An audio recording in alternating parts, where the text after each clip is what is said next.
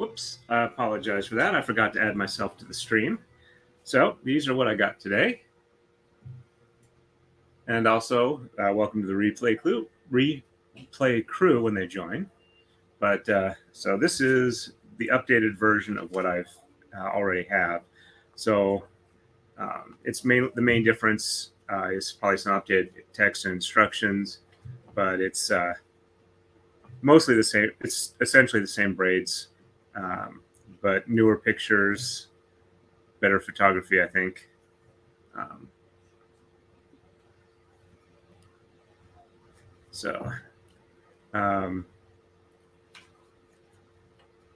Color plates for some of the stuff here. A little more color for the setup design.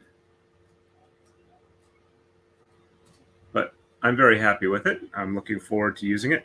Yeah, they've got actual colors here. It used to be all black and white.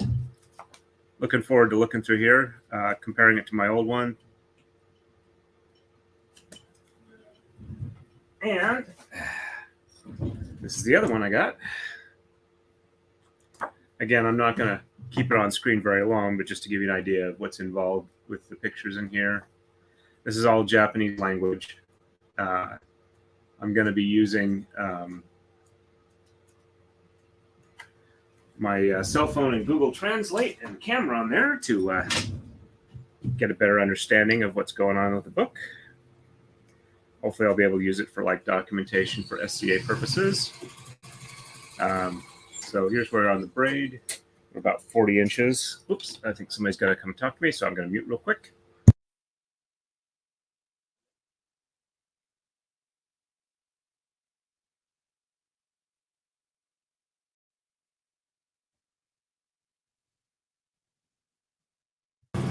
Nope, looks like they were just pausing there for a minute. Anyway, and because my wife is an excellent cook, that is a peanut butter toffee cheesecake brownie, because regular brownies are not fattening enough. And because I am relatively good and my wife is not mean and keeps cooking these all the time, it's pretty much only when we go camping that she makes them now. And this will be the first one and probably the last one for this year. So, but I'll probably be snacking on that through the stream. Give me a little bit extra sugar energy. All right. So like I said, we were about 40 inches for our starting point. I did a couple of times through that weren't on camera, but not a whole lot. So let's get this braid going again. Hopefully everything has been going well for you folks as well. Had a weird incident when I was trying to post some suggestions on a Facebook group for Kumihimo today. Apparently, putting the URL for a couple of books, specifically the Disc and Plate books by Makiko Tada, it put it in Facebook for review category. I talked to one of the admins. They couldn't even see it for review, so I went ahead and deleted it and just kind of gave the names and where to go for the website without any actual URLs, and it went through. Not sure what caused that. I did the first one, I accidentally hit return, and I think so it was just a bare URL. I hadn't put any text in it, so probably thought I was some sort of scammer or something like that. And then everything else in that post, if it had any URL, apparently it was not going to let me do it. But it didn't have any issues letting me post the link for the stream tonight, even though those were still outstanding pending for review. So annoying Facebook being annoying. And I don't know if you can see it, but I am wearing my blue silk Dell. I really enjoy this particular one. My wife made it for me. It's very comfortable. It was kind of warm, but really breezy where I'm at today. So good garb to wear. Sucked up the moisture when I wasn't in the breeze. When I was in the breeze, it flapped around, keeping me cool. So.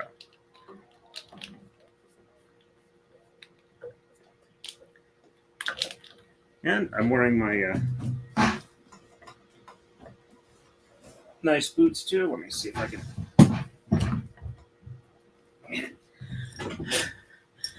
I'm not as flexible as I used to be, and I didn't want to knock the Marudai over, so I stopped with that. But so this is my second day wearing them all day. I'm wearing them with compression socks this time. I think if I wear them tomorrow and use regular socks, I'll be fine. But it was long enough from the last time I wore compression socks that I think my feet were just a little bit too large with normal socks. Or normal socks that are not as slippery as the compression socks are. Hi, Jen Edwards. Nice to meet you on. Okay, no worries on not being able to chat till you get home. Thank you for watching. You have a safe drive. I want everybody to be safe. And whoops, I made a mistake here. Where am I missing this? Okay. Okay, no. Okay, so 1, 2, 3, 4, 1, 2, 3, 4, 1, 2. Ah. Okay. Let me back braid and figure. Oh. Huh. That's weird. All right, I am going to back these up and see where I made the mistake. Okay, so bottom here and top here. Okay, so that's where it should be. Okay, not sure how I missed on this one, but this is where it should be. So we'll go top here and bottom here. All right, that looks right. And to the left. And to the right. Okay, well, now it looks like it's the way it's supposed to. I'm not sure where exactly I went wrong, but back braiding will usually get you to where you need to go.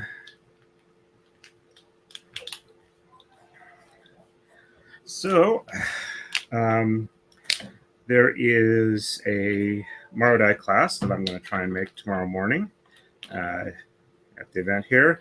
It's Kiko braiding on the Marudai, which I have not done, though I do have the book for that by Claudia Wolny, if I am remembering right. I apologize if I screwed up the name there. And I believe, if I remember right, she's in Germany, but the book is, I believe, English as well as maybe English and German, but I bought it as a gift for my wife, and since it's a gift for my wife, I'm not going to like borrow it back to, learn it ahead of her. But she said she had a little issue with understanding it, so I will, with her permission, borrow it from her so that I can learn it and then teach it to her. So, and I'm kind of motivated when I get home. I want to start making some more takadais and marudais and other projects. One of the nice things about coming out here is I get really inspired for things that I want to do. It's one of the things I kind of missed from last year when I forgot to bring out the camera to stream and whatnot. But I'm hoping at the class tomorrow, people will let me take short videos of stuff they do and see if I can't upload those as shorts.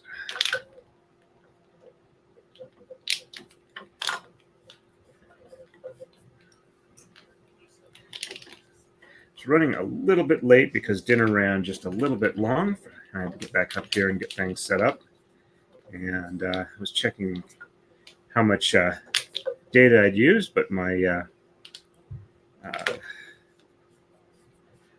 bill has reset for the month, so I have plenty of data that I can do as a tethered hotspot. So I can probably do at least 4 or 5 hours minimum of streaming without running out of high-speed data. And it looks like, well, it says I'm sending out high-speed data, or a high-resolution connection, The YouTube link doesn't look all that great, or the YouTube Studio. So I'm not sure how well it's loading it upstream, though I don't have a report from StreamYard saying it's having a hard time sending the data, which is good. So I'm just assuming that the YouTube Studio is running at a lower resolution. It's on a different, the YouTube Studio that I'm watching is on a different Wi-Fi connection that may or not be as reliable as my cell phone, but I figured I'd give it a shot. Worst case scenario, if I lose the cell data, I can drop back to that one, but I don't want to use any more data on that than I have to. Hey, Gwendolyn, nice to see you on. Okay, no worries. Hope the you enjoy the crochet pattern. And I'm fine with people not chatting as much. I will try and do my best to keep the pattern up on my side. We are definitely getting to the point where we are getting ready to go home. Me, my wife, and our roommate. We've been out here for over 2 weeks now. And the weather, we would normally pack out Saturday, but the weather isn't looking great from like Friday night on. So we're thinking really seriously about packing out Friday and beating the rain home so that we don't have to, like, spread out the tent canvas and let it dry out again before we can put it away so it doesn't get moldy in storage. But we'll have to see. We're going to keep an eye on the forecast as it gets closer because it seems to change from day to day.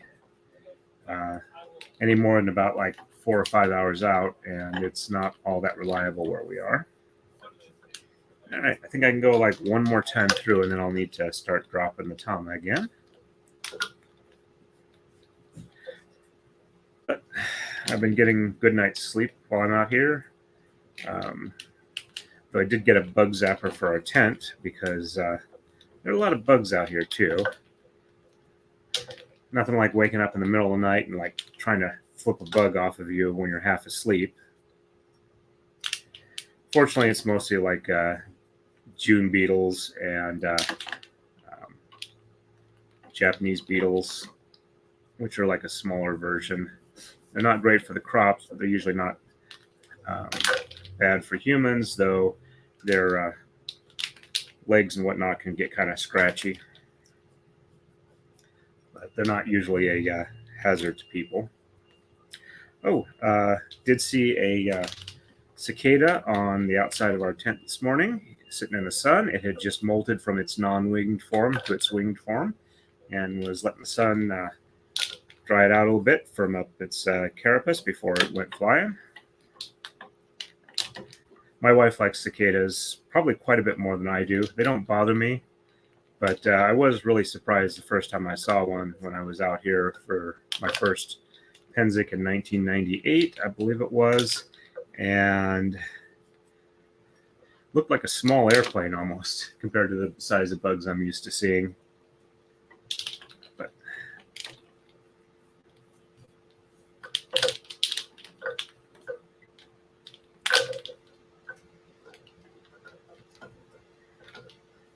I got a chance to swing by Sharp Pointy Things booth. If you like knives and the like, he has a YouTube channel now. I believe it is also by the name of Sharp Pointy Things. Get a chance to see it. He goes over like history of knives, pulls up, for like military knives, he pulls up the technical manuals and the planning documents going into how they came to be. And actually, looks like I need to slide this up because it's no longer providing weight. Oops. It's all the way down, no longer doing its job as being a weight bag. I'll quickly get to the stopping point, and then I'll drop the tama and bring the bag up, see how far we are. All right, make sure those are not twisted around each other. There we go. Yep, that's the right order. Okay. And there we go.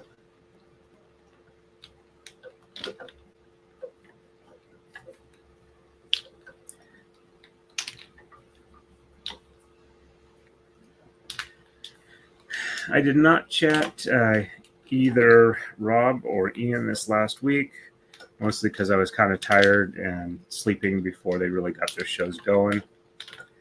I will probably super chat Rob, especially if I'm home Friday night. Let him know that I'm about ready to start his braid.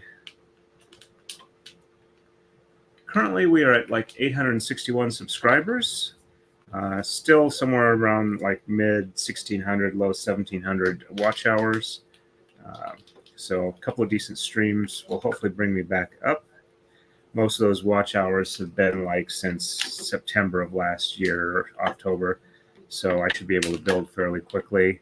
I no longer am fighting the losing them because I had a bunch of views in the spring and summer from the soldering video that was really popular on my channel back then.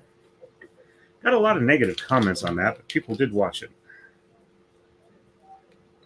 I did post a video tour of our tent as a short on my channel. Got 4 comments on it. 2 of them were pretty funny. Somebody said it looked like a good place to smoke was all. And the other one said that, did I overshoot on that? I don't know. The other one said that I got kicked out and I'm in the backyard now. So, but if you get a chance to catch that, it's a nice little video. It's about 30 seconds long, showing what my 3 weeks of camping house looks like.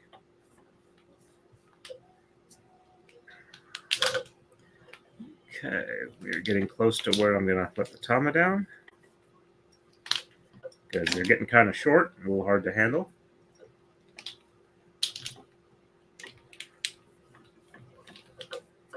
And sounds like the wind's died down a bit, though. If I look outside, I can see some pennants fluttering in the breeze. So it's not too calm out there, but not enough wind that it's actually making a lot of noise in here, which is nice. I can still hear the fan from the computer, but other than that, it seems to be doing pretty good.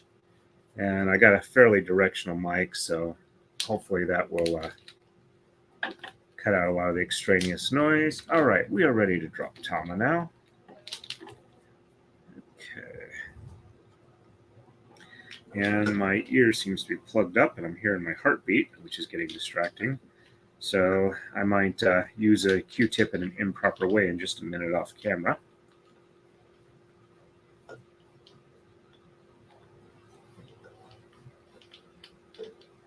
But I'm pretty sure that one of the things I'm going to be doing for the first few weeks after getting back is I'm going to be spending some time on the elliptical that I got, so I can lose some of this weight that I'm sure I've gained while I'm out here. I was considering having some ice cream today, but the line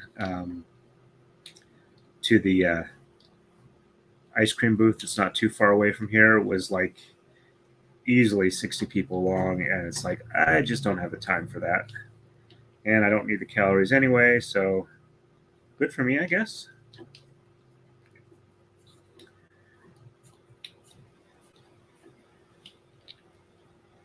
Oh, the Sharp Pointy Things channel is run by Michael Z. Williamson. He is an author. I actually like his books quite a bit.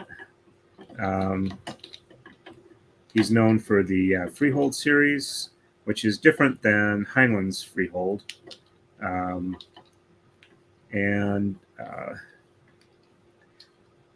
he's got some nice time travel books called A Long Time Until Now, and That Was Now, This Is Then. I unfortunately have not finished That Was Now, This Is Then. I got distracted in part of it and haven't gotten back to it. But I should probably start listening to that on the way home, since I like to listen to audiobooks when I drive.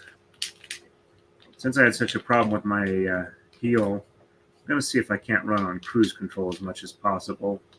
But we have 2 other cars in our caravan, my wife and our roommates, so I might not be able to do that as much as I would like. Okay, let's bring the bag up, all the way up. and see how long we are.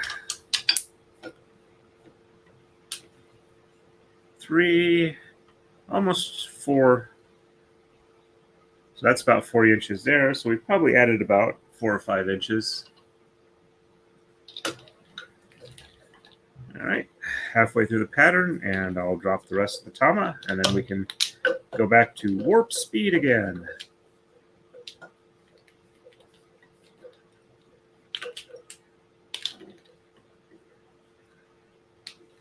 That's one thing that would be nice if it happened in my lifetime, but I doubt it will, is a functional faster and light drive. Though it sounds like the Albuquerque drive has some promise to it. But then again, they've been promising fusion energy is just 5 years away for the last 50 years that I know of,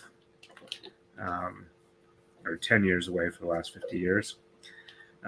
Recently saw a thing about how for the second time they've done fusion energy where they got more energy out of it than they put in, which is true apparently only if you count the last stage of powering up the system before firing the lasers, as opposed to the amount of energy it took to prime everything in that system, which was, I forget the exact amount. A friend of mine went over the numbers, and it's like they're ignoring a lot of the energy that really went into it, just so that the last stage looks good, because charging up like all the power systems was not that efficient.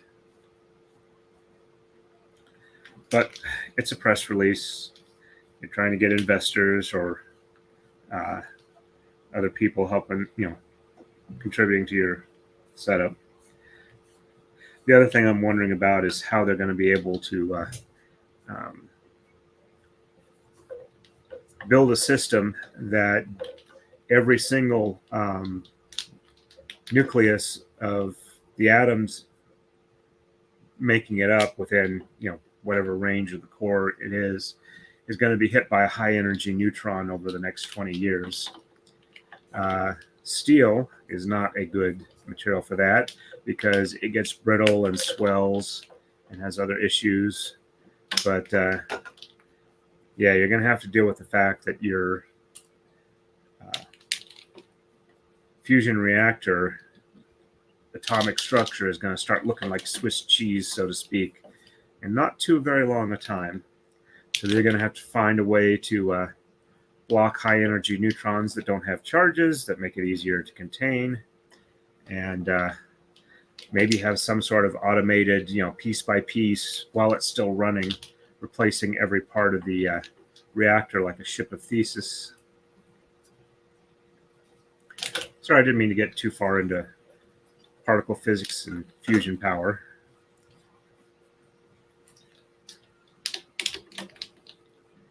That's another thing about nuclear power that is not too bad for the fission plants, is you get stories about how high-level nuclear waste is really dangerous and how nuclear waste lasts a really, really, really, really, really long time. The problem is that the really, really, really, or the problem with the way they relate it, not so much a problem with what it is the really, really, really, really, really long-lasting half-life waste products off of the nuclear fission plants is that they have a very, very low specific activity. So sometimes, it's not even really anywhere above background radiation, depending on where you are in the world. And the really high energy stuff you can actually use as fuel. It's the intermediate stuff that lasts, 50 to 150 years that's the big issue. But we have to keep this for 1,000 years. If it's hanging around for 1,000 years, it's most likely dropped to a level that it's not that big of an issue. And if it is that big of an issue, that time frame, you really should be using it as fuel instead of storing it. I am aware that there are some problems, but the thorium fuel cycle is nice because while it may not be that economical, you can take the high-level waste from other fission processes and just simply use it as fuel in that method. Or I know people talk about reprocessing being absolutely horrible, but it does use up more fuel. It's just that the products that produce are a little easier to make into nuclear weapons because you can make it via chemical separation of the plutonium as opposed to having to use centrifuges of corrosive gas to separate out the isotopes that are chemically identical into ones that will work for nuclear weapons and ones that won't, aka the enrichment process.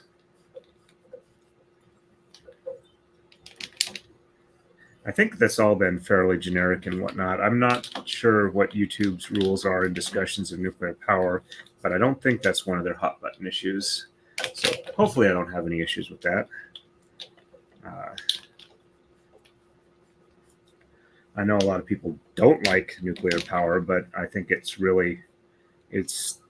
if you want to cut down on carbon emissions, that's essentially the way you have to go, because that's the only way you can make a baseload supply of power that doesn't involve weird things like batteries or pumping water up into an area where then it'll fall down during, you can use it at night or cloudy or calm days. Also, if you want a lot of electric vehicles, having a nice large baseload power level that can run at night to charge up the vehicles is definitely a good thing that you would like. So anyway, that's my nuclear power rant.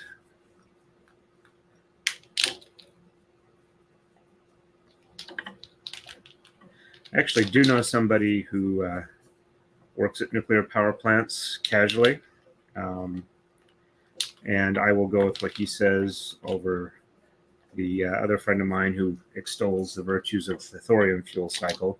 But even if the thorium fuel cycle does have other issues and is not necessarily the most efficient method for generating power, the mere fact that you can essentially burn up high activity waste to make it low activity waste is a good thing.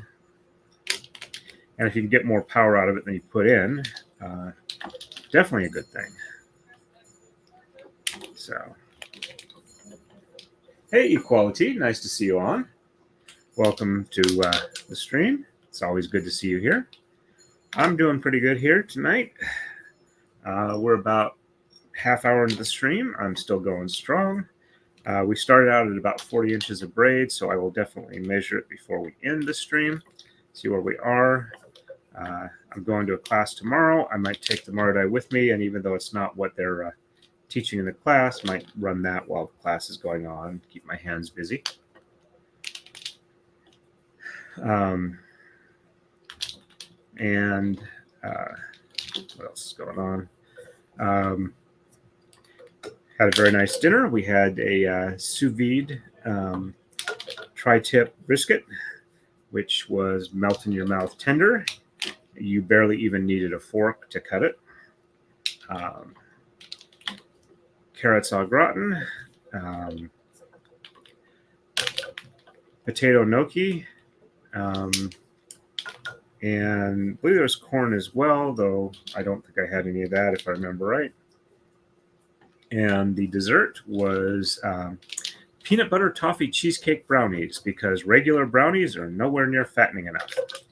So I will have my one of the year, probably part of it on this stream, finish it off after it's done.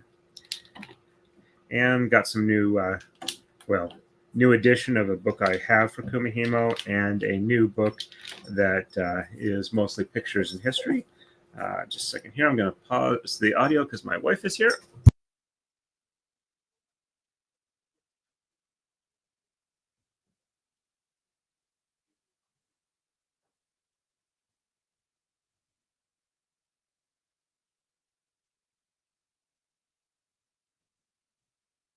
Okay, we're back. She was just trading out warm soda for a cold one. Let me catch up on the chat here. Hey, Kathleen, nice to see you on.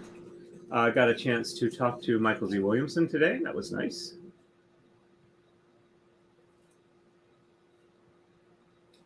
There we go. Oh, I will tell Mrs. Torin you said hi when she comes back. Equality.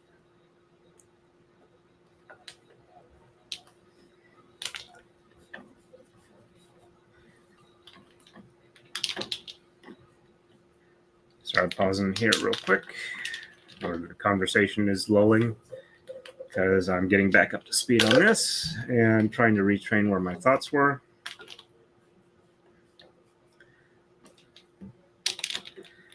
But yeah, my job is winding down where I'm at for the event. Our last day of official business is going to be Thursday. So probably Thursday, depending on if we're going to pack out Friday or Saturday. Thursday evening, we're going to start getting things packed down and get ready to head out. Thursday is also a laundry day for our camp, so my wife won't be cooking dinner. And it'll be we hit the food court or we head out and hit a restaurant in town.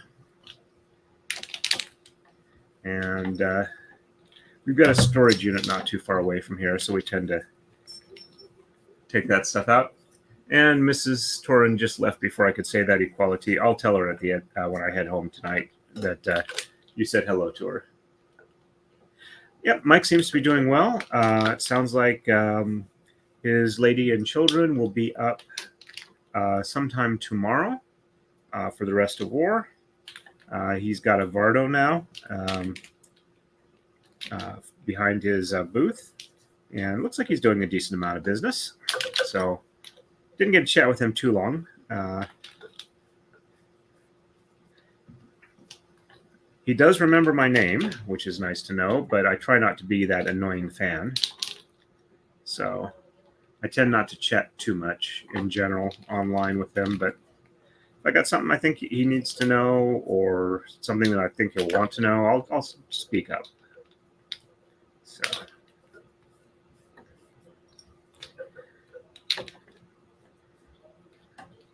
let's see what else is going on. It's kind of rainy yesterday, but today's been dry and breezy, so getting a little bit of the humidity out of the area is nice.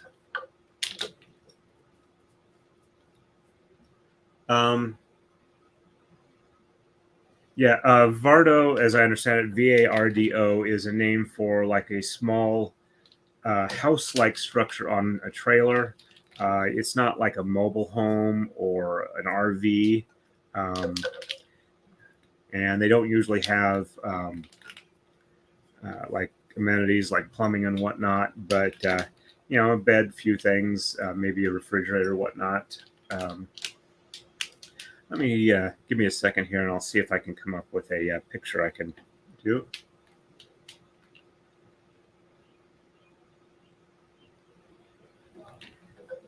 Yeah, I'm friends with her on Facebook as well. We have discussed the fact that somebody telling you just need to do this when you have an actual problem that is due to genetics or whatnot just doesn't always work that well. All right, let me see if I can. Yep, there were pictures of that. I'm not going to look up his specific one, but let me see if I can't find one online real quick.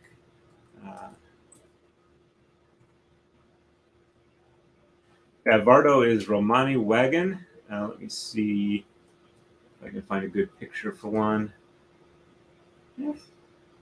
They don't exactly, the ones here don't exactly look like this, but let me see if I can get a nice big picture of this one here. Okay, that should work. All right, give me a second here. Let me bring this up. All right, present, share screen, and there we go, and share. So not all of them look like that, but it's the basic concept here. Let me maximize that and biggen it. But there we go. All right. don't need pop-ups. Let's go ahead and remove that. Okay, we are back. Let's see.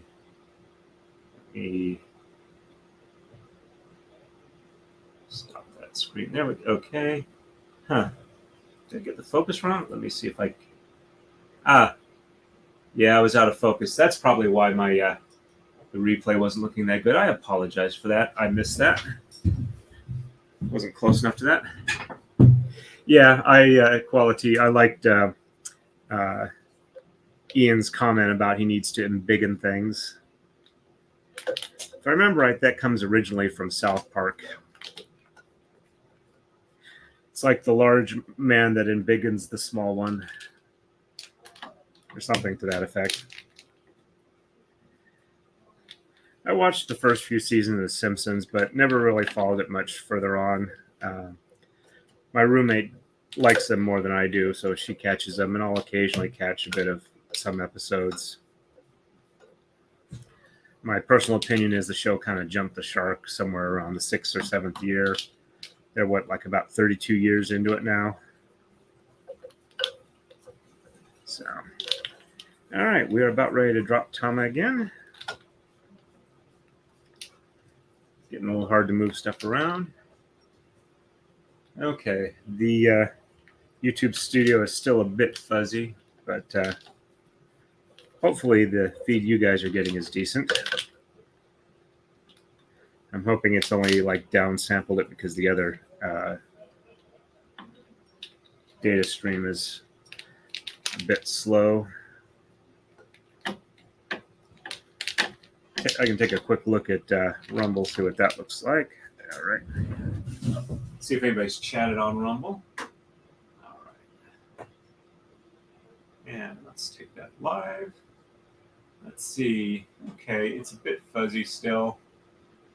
Huh. I wonder if I got downgraded on my output. Let's check my settings here. No, it says it's still on broadcasting 1080p.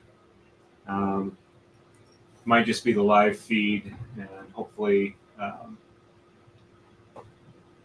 I didn't want to toggle full screen. I wanted to look at the settings on there. There we go. Let's see.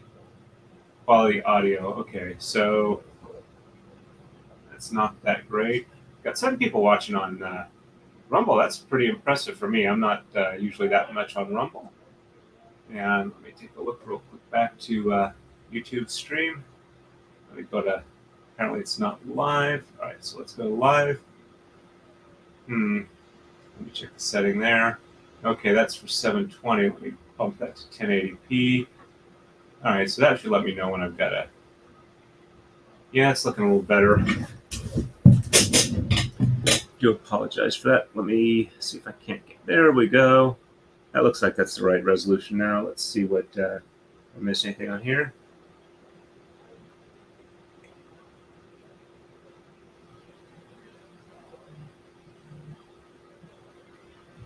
Yeah, I can definitely understand that.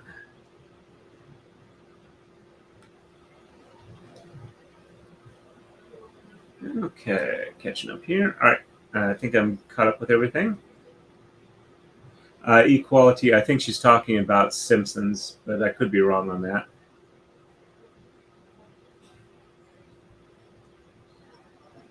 I remember when they first started coming out that a friend of mine said he didn't really care for the Simpsons because they were too moralistic. But then again, his thing was being very contrarian.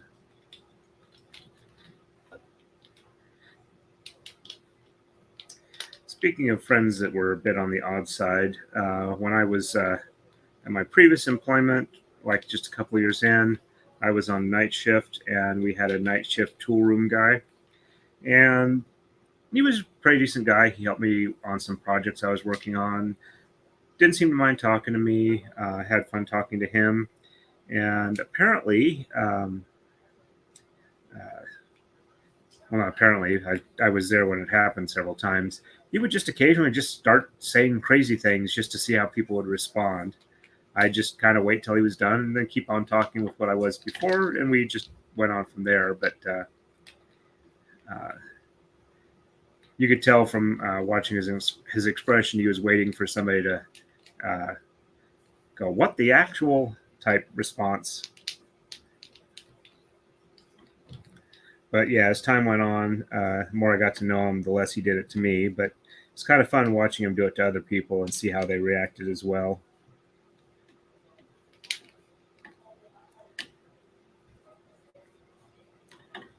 And interesting thing is that well, not interesting, but amusing to me.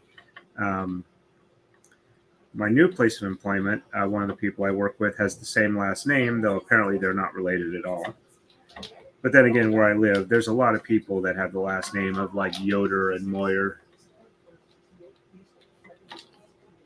Yeah, Lisa wouldn't be too bad. Bart would definitely be an issue. Okay, whoops. Grab the wrong one there. Let's just make that one a little lower. That should be reasonable.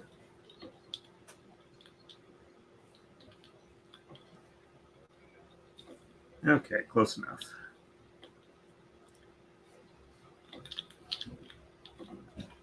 Okay, let's keep on going. Oh. Yeah, I'll do the other side and then bring the bag up and see where we are with the braid.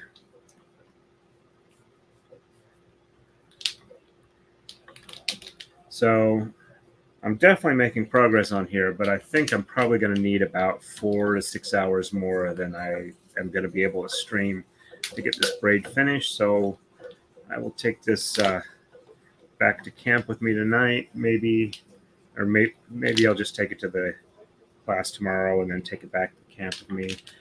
I may do a stream with Thursday. It might be a short stream, especially if we're packing out Friday.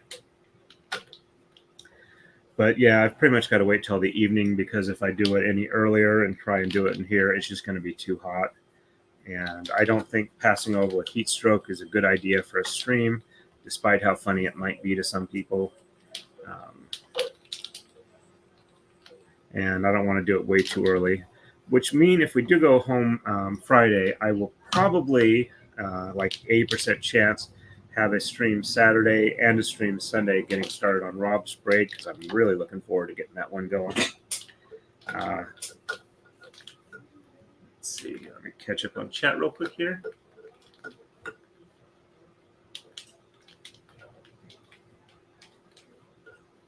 Whoops, yeah. I'm sure there's some connection back there, but hopefully it's at least 4 or 5 generations back.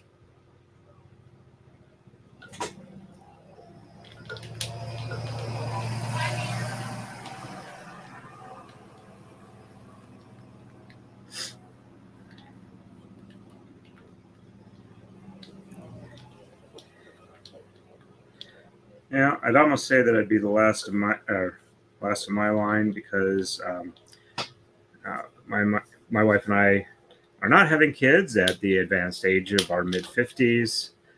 We did try in vitro a couple of times, and that, other than spending about $40,000 on that, nothing really came of that.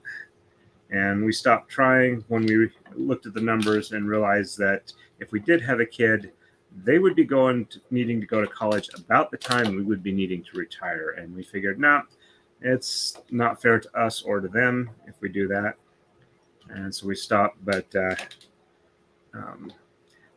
my dad does have a younger brother who does have, I think, 2 sons, if I remember right. So the family name will continue, but not through the eldest son. And I have 3 sisters, all of whom have children. So while the names may change, the family line will continue on. I admit I would have liked to have kids, but I also love my wife, and I'm happy that I married her.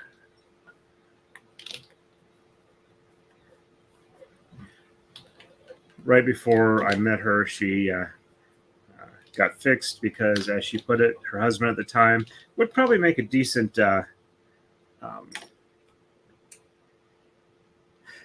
decent father once he actually grew up himself, but she couldn't deal with him and did not want to have a child to attach her to him. So she's very happy about that. Okay, so we were right about 4. So 3, 4, 4 1/3. All right, got to stand up here real quick. Ouch. Yeah, I've been sitting in a chair way too long, and there's only so much of that you can handle before your rear goes numb and starts causing problems. Give me a second here.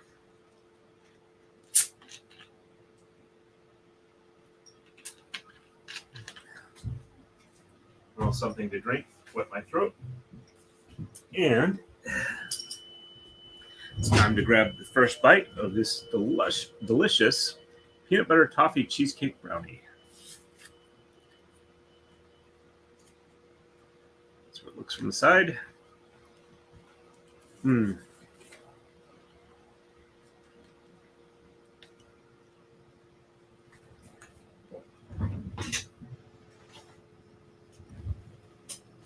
That is absolutely delicious.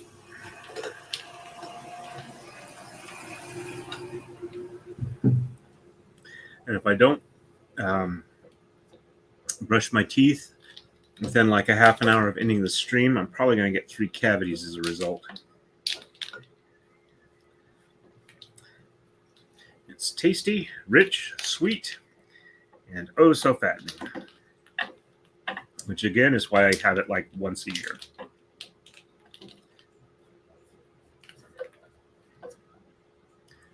Do not need you, bug.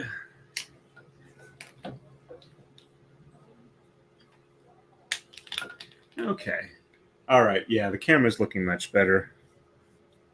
Still not happy with the feed on YouTube Studio, but if the I'll have to go back through if the resolution on YouTube is not that great. I might re-upload it from the StreamYard archive.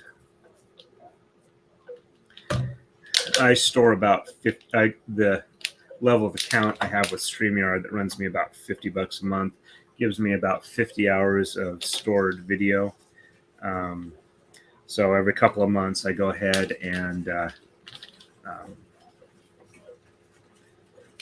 download it off of StreamYard, save it on my local computer.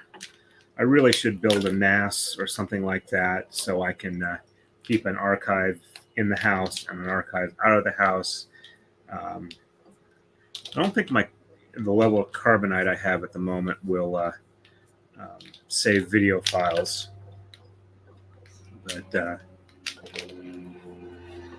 yeah, my IT training is not really a backup unless you have 3 different backups of it outside of your working copy. So you need a on-site backup that you can access nearly immediately, and you need an off-site physical backup and a cloud backup. They don't have to all be the same version, but they shouldn't be too far apart in time so that if you do lose your original, it's not too much of lost data. But you have to figure out how much you're willing to risk. If you're willing to risk a week, it's not too bad. But yeah, I think a on-site NAS out in my garage, separate from the one in the house. Probably should grab another couple of hard drives and have those on the local machine, and then in addition to the NAS, have one I physically swap out and like keep in my toolbox at work or something like that. And then maybe figure out some sort of cloud storage solution as well. See if I can do that on Carbonite or something else. Sorry, distracted here with IT things since I haven't really done a whole lot in that lately.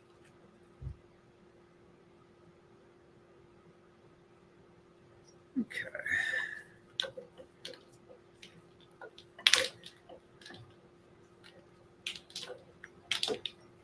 If you can see the blue over my knees and on my arms, that is a silk blue dell that my wife made for me. It's a nice brocade silk. Not a lot of brocade, but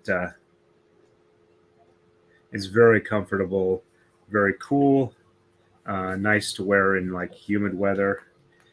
Not all that great if it's really cold out, but as a underlayer for if you got, you know, heavy cloak or something like that on top, or an over tunic, it's pretty decent. My wife is pretty good at sewing, and I appreciate the clothes that she makes for me. And I will not forget Equality that you said hello to her, and I will let her know.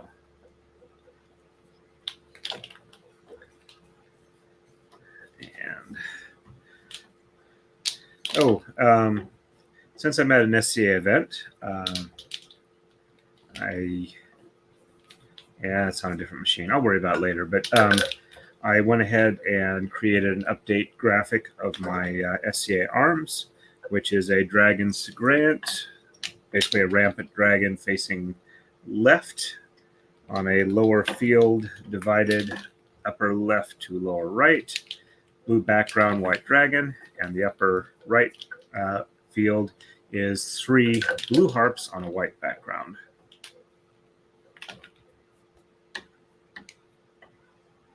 Let's see. Okay, yeah, that looks right. Making sure I didn't like double do a step there.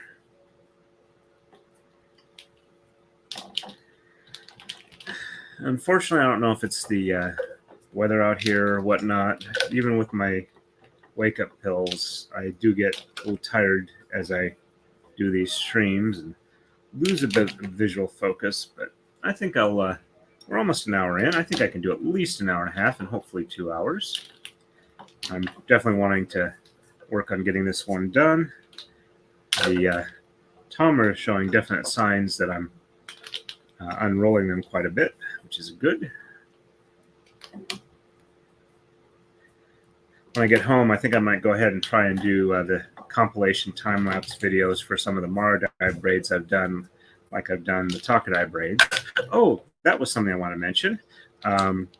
As of the last stream I did, I have done 305 live streams, which is impressive because none of the ones I've been counting has gotten more than like about 78, I think, for the takadai. But when I do setup streams and shop streams, I do a different numbering system. And I'm at, I think this is 54 for Marudai streams. So, and I've got roughly 100 videos that are not live streams. So I am getting about to the level where I theoretically should start taking off audience-wise, which I'm hoping will eventually be the case. And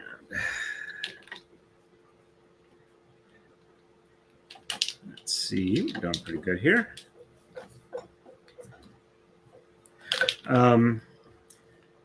For those that did not catch Ian's stream, the ballet song is no longer illegal in Hawaii, is my understanding, which is nice because ballet song is basically a potentially harder to open pocket knife than a regular pocket knife. Yes, you can open it very quickly with some practice, but then again, you can do that with most pocket knives with a bit of practice. Hey, Sayaka Schmidt, nice to see you on. I don't recognize the name off the top of my head, so if this is your first time on the stream, welcome. If you have any questions or anything I can answer or talk about in regards to Kumihimo or just life in general, feel free to ask. This stream is intended as educational and fun and fairly laid back. In other words, there will be no test. Quick, what's 3 pi... Yeah. Well, so much for that joke. Quick, what's 3 plus 5? If you're a PR person, what do you want it to be?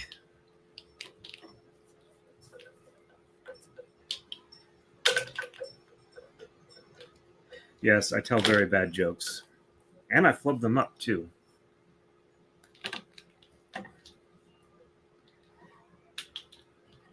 And the important thing, if you're in public, is you just keep going on. You make a joke about it. Self-deprecating is best. You can keep going on and not worry about it long term. I still feel cringe over some stuff I did, like 6 or 7 years old.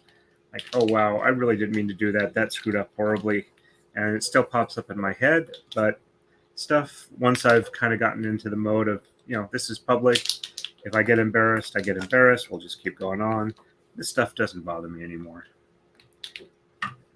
Now, if I could just get my brain to ignore the stuff from when I was like 2nd grade, that would be great. Admittedly, it doesn't happen all that often, but when I do think about it, it's like, ow, the cringe, the cringe.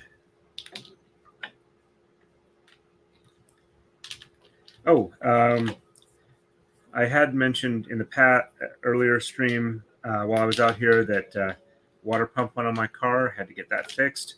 Well, the mechanic mentioned that my front brakes needed some work and I should get them done as soon as they could. And I should probably get them done as soon as I get home, but it would most likely let me get home the 350 miles to get home. However, I figured it would be a really good idea to get it done before I left, so I had that scheduled to have that done yesterday, which was a really, really good thing to do because on my way there, apparently a caliper seized up. And if I tried to go home, I probably would have melted a rotor or something like that, or had to wait until I could schedule time at a mechanic on Monday and then kind of limp over there or get it towed there. Not a fun thing. So, but yes, my brakes are fixed. My car is in functional shape. It should be a pleasant drive over. The brakes feel very nice. They brake easily. I don't have to push super hard. I don't have to just barely touch it. It's a comfortable level of resistance, and it doesn't make noise anymore. So yes, much happy about that. Not happy about the expense, but it was nowhere near as expensive as I was afraid it was going to be for the amount of work that needed to be done. Catch up on the chat here. Hey, Texas Nana, nice to see you on. I replied to one of your more recent comments. It's been kind of fun watching as you post the occasional comment here and there as you've been watching through some of my previous braiding streams. It makes me feel very happy about that. Let's see here. All right, catching up.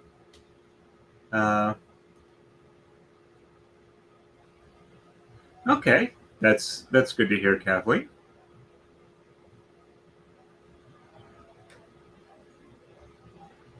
Okay, there we go. Yeah, definitely happy my brakes got fixed. Yeah, it was making really rough noise. It wasn't fully seized because when I wasn't pressing on the brake, it wasn't sounding bad. But when they got it up on the rack, they couldn't turn the wheel by hand. So yeah. So that just makes me very, very happy. There we go. That's what I'm replying to. That just makes me very, very happy. So thank you very much. All right. So let's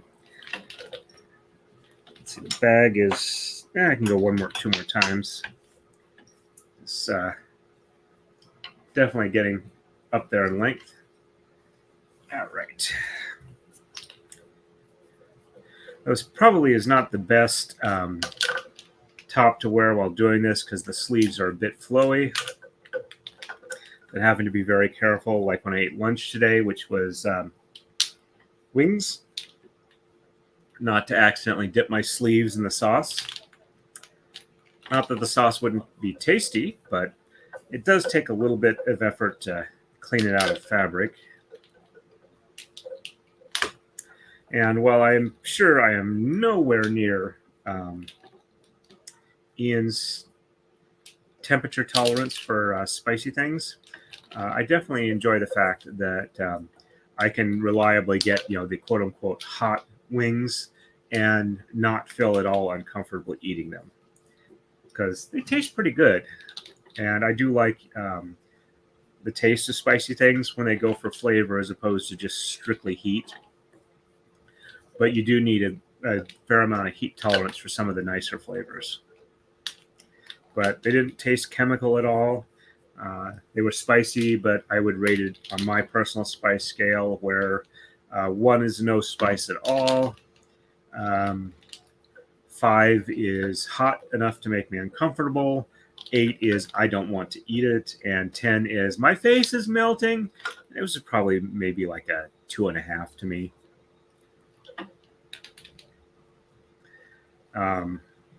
Though admittedly, some of the super spicy chips vary between like a 4 and a 6, 4 and an 8 for me. The Buldak ramen, the 2X spicy that I tried, or no, not the 2X, but the regular, I would put it like about close to a 7, where it's like I can eat it, but I really don't like it. It's kind of hot, but I kind of shoot for like a 4 or a 5 for heat, where it's enough to feel it, but it doesn't make me super uncomfortable. The ghost pepper Wendy's chicken sandwiches, I rate them at about maybe a 6. I can comfortably, I can eat them without major discomfort. They definitely feel spicy. Sometimes my eyes start watering. Sometimes I get that weird hiccup you get when you eat something too hot, but I can finish them. I don't feel any discomfort after that. That's another nice thing I like, is that I don't seem to have the after effects that a lot of people do when they eat hot stuff. It's just like apparently my internal organs are a chemical treatment plant and no toxic waste or nuclear waste coming out. All right. Probably shouldn't be talking about that on stream, but oh well. Okay.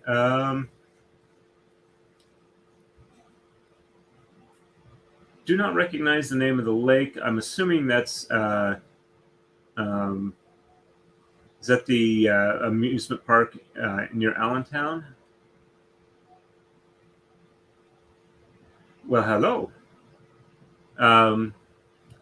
I just watched a cute video the other day on Twitter with a little kitten that was glommed onto a baby bottle, nursing off of it, and would not let go. And the person holding was like holding it a little bit off the ground to try and get the kitten to pop off. And the kitten was not letting go. Mama cat was over kind of nuzzling at it, going, "It's time to let go." And the cat's going, "No, no, I'm not done yet." It was really cute.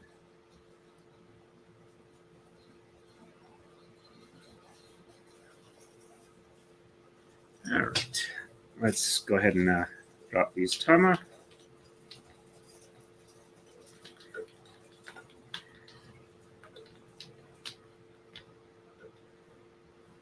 All right. Let's make sure I drop these in the right order, so they're alternating high, low, when they're down here. All right. So, because I screwed that up on the last time around. And there we go. And all right, so alternating.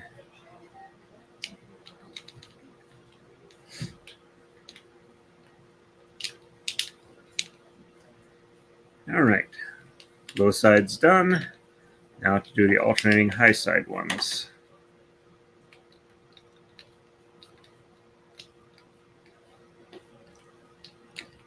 And when I'm done, I'll try and set them so the camera can see what it is I'm talking about. Okay. All right. So where I am now, got it.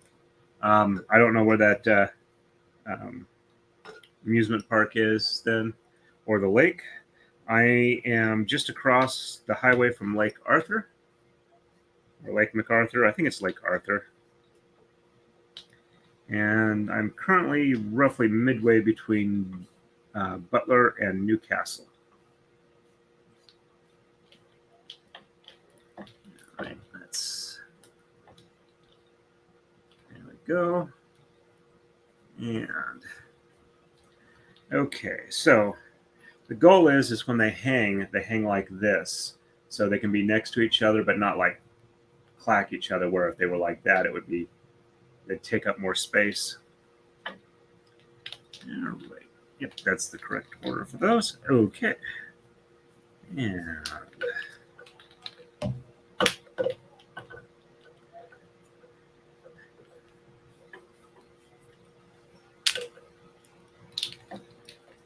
taking a little breather here. For some reason I'm getting a little bit of a headache. I don't know if it's because I haven't had enough caffeine today. I don't think I drank as much as usual.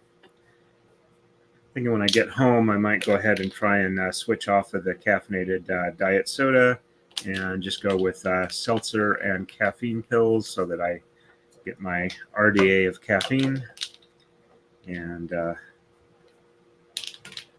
not having so much of the artificial sweetener in my diet. At least that's the goal. There we go. All right. Just about ready to drop the rest of the tama to match up. There we go. And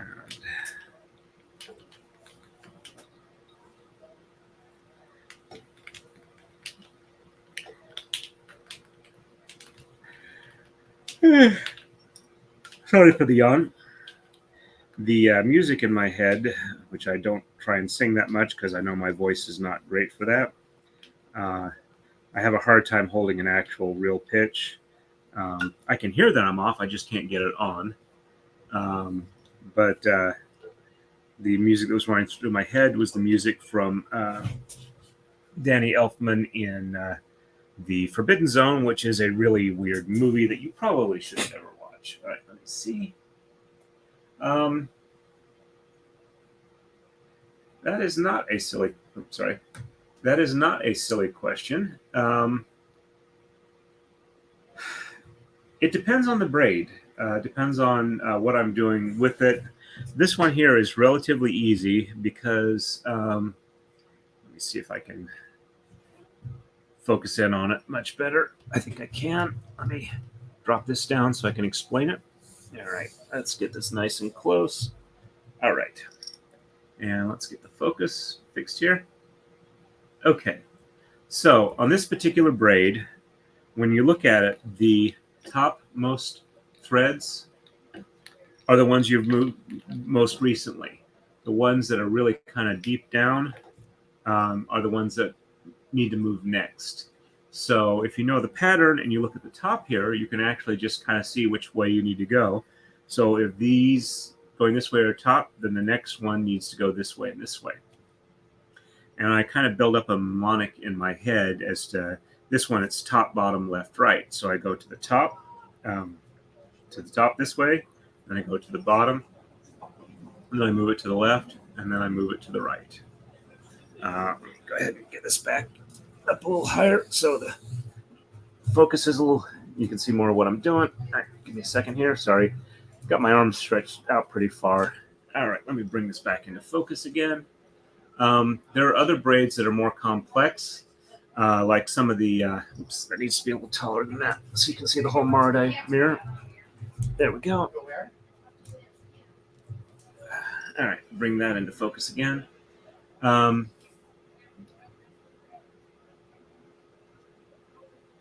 think that's there. Okay. Sorry, I want to double check on that.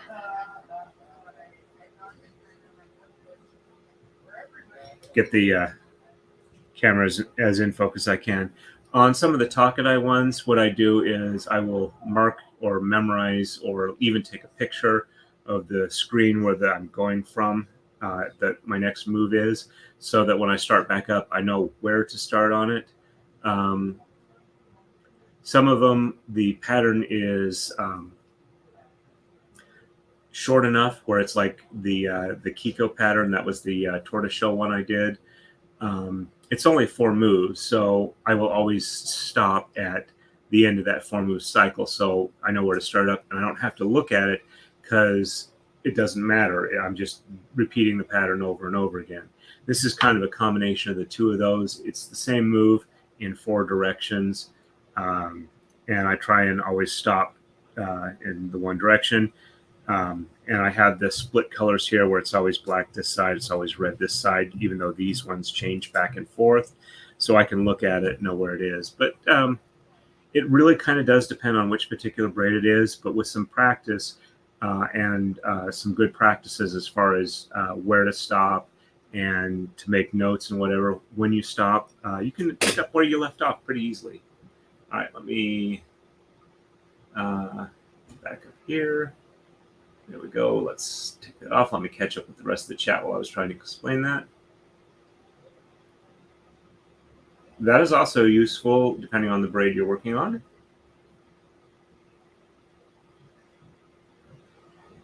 I am so sorry to hear that. Having heard that one, yes, I am very sorry. I will not repeat the lyrics because I don't want to torture anybody else with that.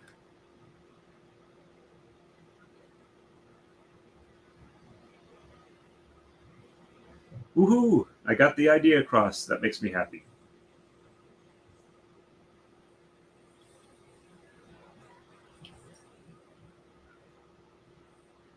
No, I did not.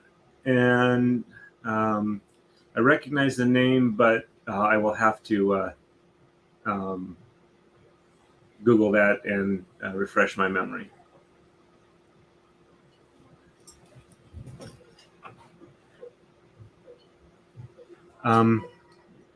However, that can be a double-sided sword or double-edged sword because, oops, let me pop that off. There we go. The song Lola, I have heard the Weird Al version so often that when I hear the music, it's the Weird Al's lyrics that pop into my head. I met him in a swamp down in Dagobah where it bubbles all the time like a giant carbonated soda.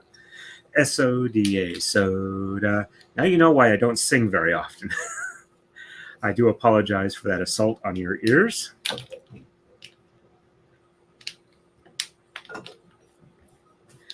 The long-term contract I had a sign said I'll be making these movies till the end of time with my Yoda.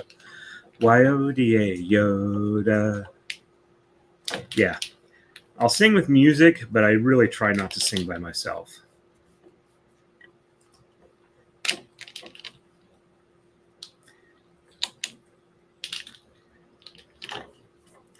And even knowing how horrible singing I am, I have successfully avoided the embarrassment.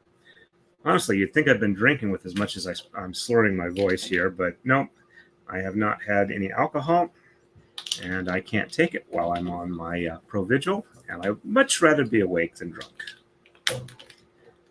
And I'd much rather be just about anything than drunk. Not something I enjoy.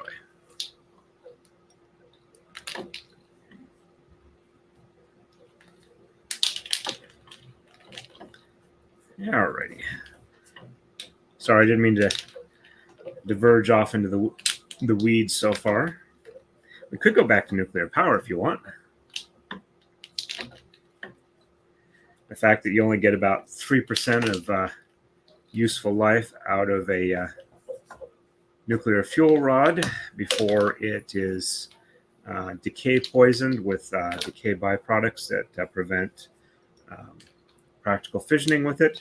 And we currently toss that rod away and put it in storage for nuclear waste instead of chemically extracting the fission poisoning products and then continuing on. Because one of the things you can extract out of there is plutonium, which you can make nuclear bombs out of with only chemical reprocessing. Though I don't know of anybody that can do that on a personal basis. That's really kind of something you need a government lab for. So,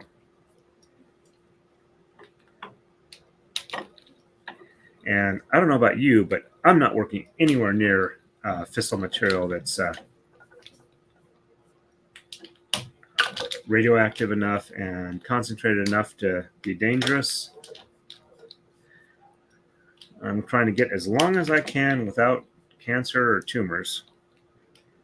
Though, given my age, I probably am working on at least one cancer at the moment, and I'm unaware of it, which is one of the reasons I see doctors regularly. But I also do my best to not expose myself to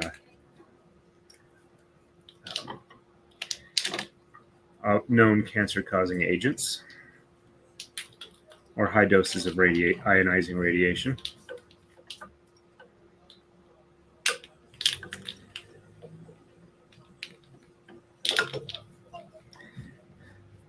Thinking about all the fun stuff I used to talk about with chemistry, and it's like I'm pretty sure YouTube wouldn't like me to talk about most of that. So while I'm reviewing it in my head, there's really nothing I can talk about it with, because I do like being on YouTube for the moment. I enjoy the chat that comes along with me when I braid, and even though my stream of consciousness tends to wander far afield, it's nice to have a place I can express my thoughts and my joy of braiding, which is an entirely different book than The Joy of Sex. Though there is some crossover with some things that I won't talk about here.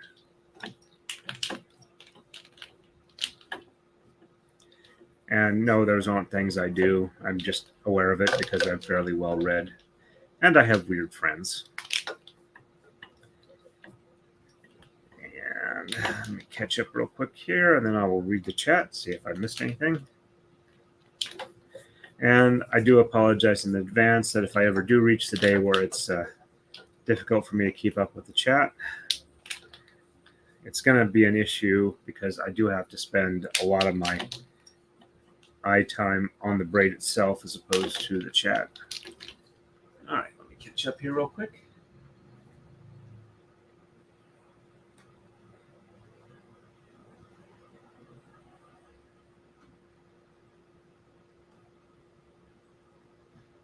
Thank you, but my back brain will probably never let me admit that to myself. Yep, I definitely enjoy Weird Al. I grew up listening to him. I started about the time he released his first album. I caught some of his stuff on Dr. Demento before he released his album, but I think I've bought most of his albums, and I definitely enjoy it. And in case I haven't said it, welcome to the stream, Cookie Mon Steve. All right, there we go.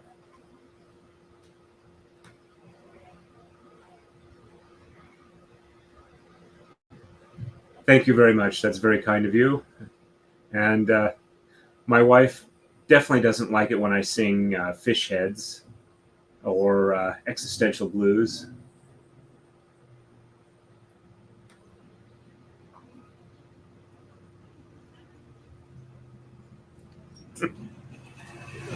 All right.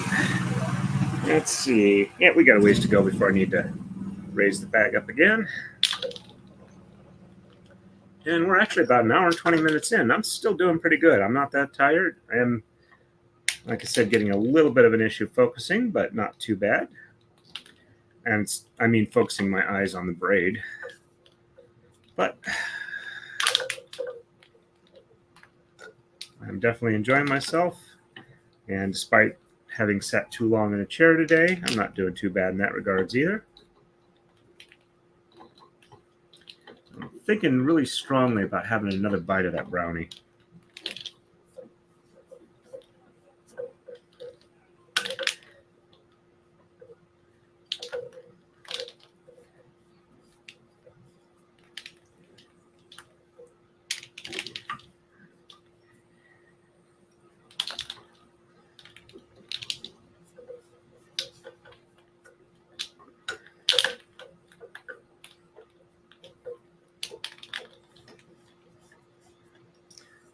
And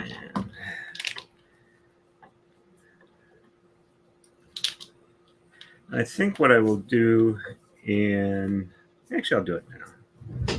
Before I stop and take a bite, I will give another flip through for those that didn't catch it earlier in the stream. This is one of the books I got today. This is 50-year works of Makiko Tada in the 25-year history of Kumihimo. This is about a $25 book. It's not that large of a book.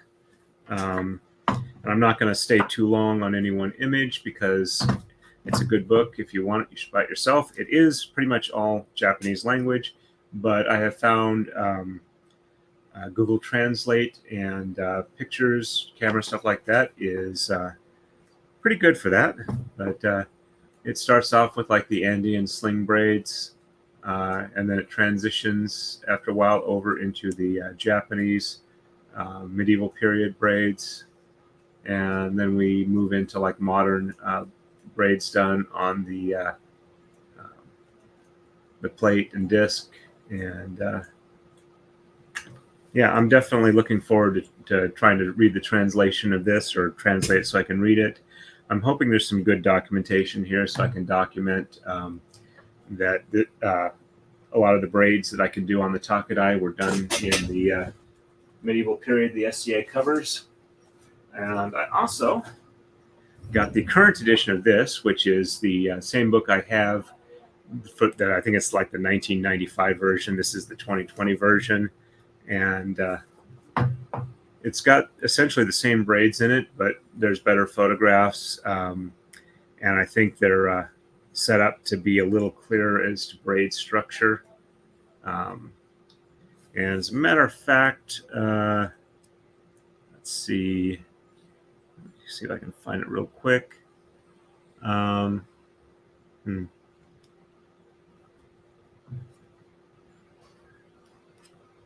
Yeah, one of these braids is the one I'm doing now. I don't know if they've changed the numbers. Yep, different number than I remember, but it's probably the same one. But this is the braid I'm doing, Marugengi, or Marugengi or Genji. I'm not sure which one that is. Let's see, that's 49. Let's go back to the pictures. All right, so, yep, that's this braid here. Though this is being done as solid colors as opposed to the arrows. But yeah, there's more color pictures in here than before. And it is a really, really good book for starting out with the Marudai. Especially if you've got somebody you can work with, or, watch one of my videos, hint, hint, hint. And I am trying to do more of the braids from here for people that are trying to do some of the more complex ones. But it's a really good resource. And I recommend it highly. You can get it from Braider's Hand, and I think one other source. I try and list at least 2 sources you can buy the books from that I use the patterns from.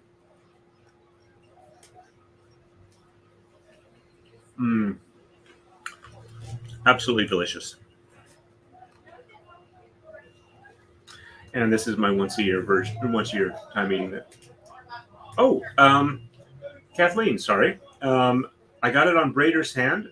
I talked to Janice like last Friday because I wanted to get the first edition of the Marudai 1 book to one of the people that helps me with the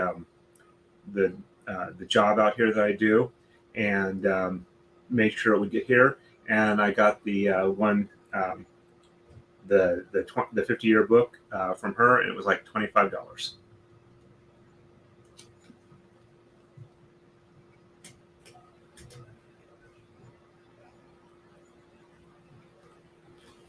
Yep, there are a couple of anime series that talk about Kumihimo. As a matter of fact, when I was poking around on Reddit, where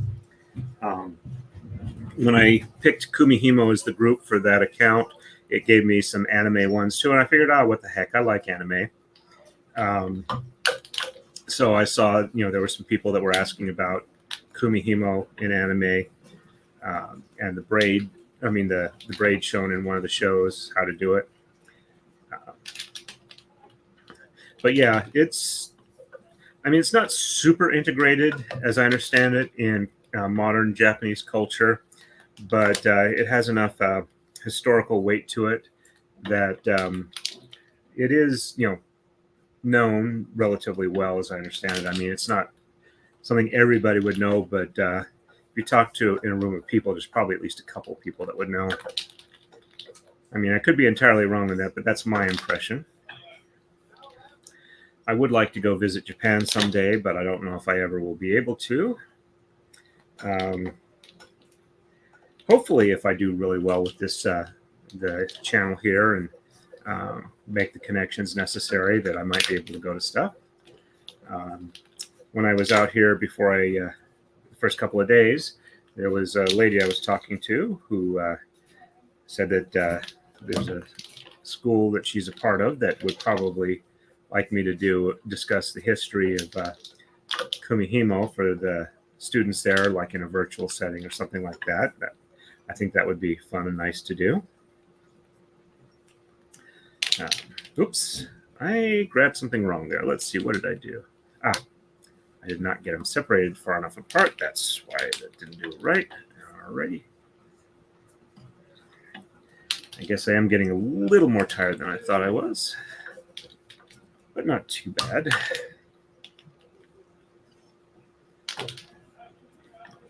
So my starting point roughly was probably 40 or 41 inches on this braid. So when we get done, I will measure what we've got, see how much we've produced this particular session. Last session, I think I did 16 inches. So if I go a full 2 hours, I should get at least that much, possibly as much as 2 feet, which would mean I am getting really good progress and speed on this braid. And the braid that is coming off looks good. It's nice, even pattern. It doesn't appear to have distortions or unevenness. Let's see, is it time to drop the tama? I think I can wait one more cycle.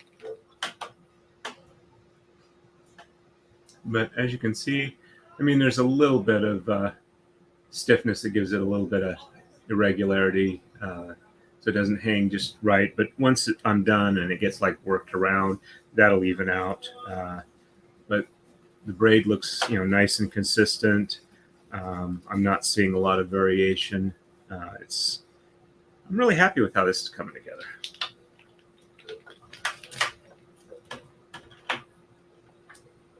Okay. Well,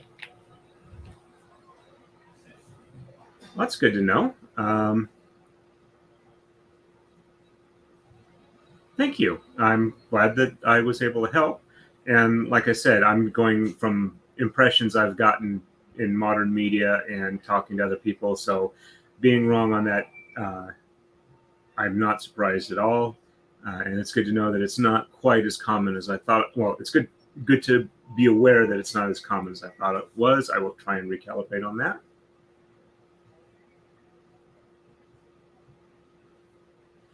Yeah, when I was young, I was reading the ninja books by, I forget whatever his name is, the entirely American guy that was saying that he would be teaching you how to be a ninja.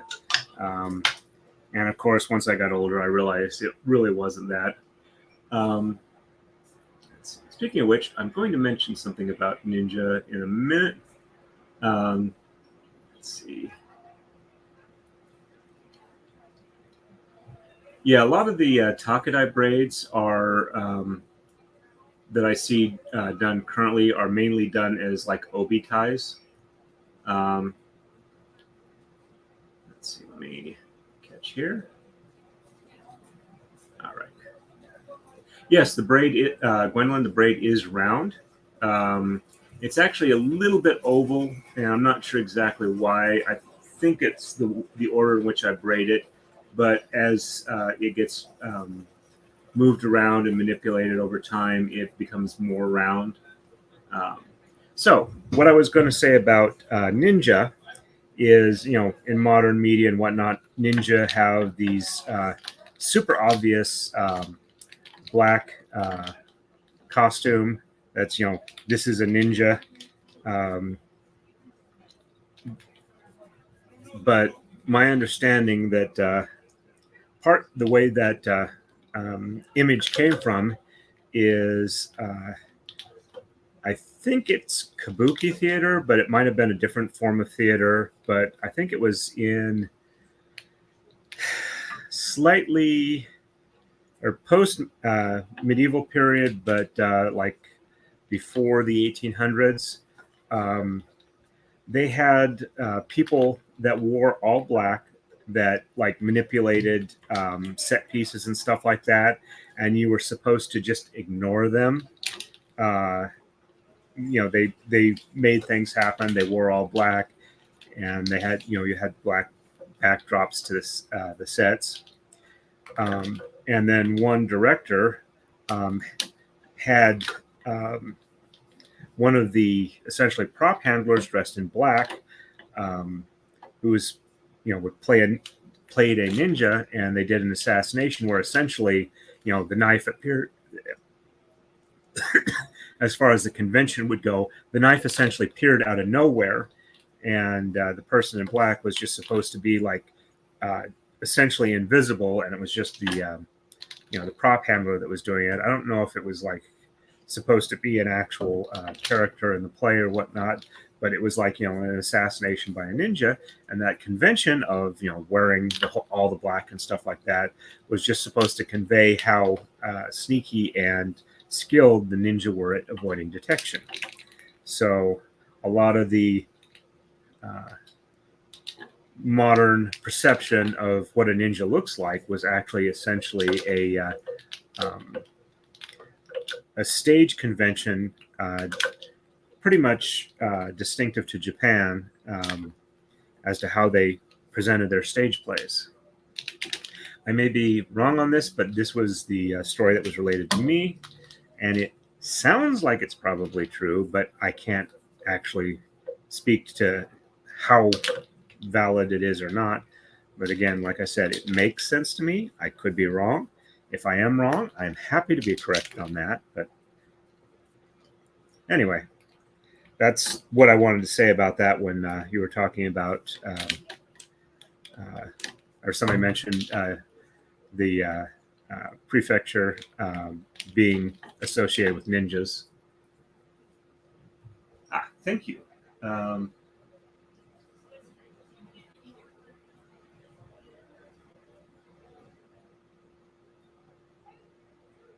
Kuroko? I think that's how I should pronounce it. If not, I apologize. But anyway, that's an interesting tidbit in my head that may be apocryphal, may not, but I think it's cool enough to share, even if it is apocryphal. As they say, the rule of cool.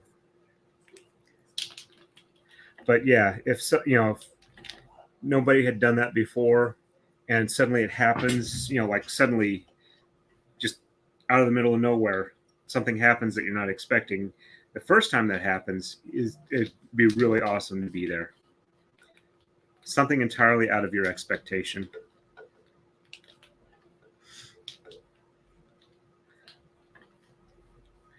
Be kind of like in some of the shows like Maximum Overdrive. Suddenly the toaster throws a knife across the room. Not what you were expecting. Oh, hey, Kristen. Kristen M96. Nice to see you on. Thank you very much for dropping by. Camping is going really well. The weather has not been bad. It's not been too hot. It's not been too cold. It's not been too rainy. It's not been too dry. But I've been out here for 2.5 weeks, and I'm about ready to go home. If nothing else, I'm really looking forward to getting in on Rob's braid. I want to see how that comes out. I think it's going to be a lovely design. I can't wait to see how it manifests in reality. So,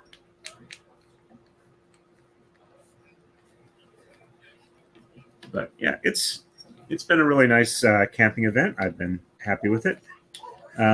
Doesn't look like it's actually going to break the attendance record. I did look it up, and apparently in 2000 was the highest attendance the event had at 2001. or 12,001, not 2001. In the year 2001, the next year, it was just 12,000. And we're currently at 11,200 and some, so we're probably going to be about 700 or so short from the record for the 50th year, which is kind of understandable. The economy is, while it's doing better than it was a couple of years ago, it's not great. And the group that puts it on, the membership average age is creeping up in age. So, well, we're not like all young kids that don't have a lot of money and can't go. It's more that we're kind of getting older and we're not really as in physically good enough shape to go regularly type thing. I'm 55, but I started playing in this group when I was 16, I believe. It was March of 84, so I believe I would have been 16 then. At an event called Northquest 84. Maybe it was June 84. Anyway, somewhere around there. Held at the, it was a demo done at a gaming convention held at the Boise Basque Center. And as I understand it, Idaho is the largest concentration of Basque people in North America.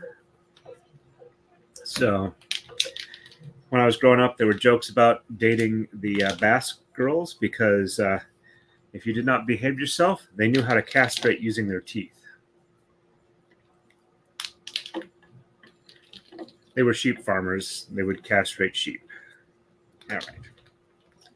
Sorry, I didn't mean to ramble a bit too much on that.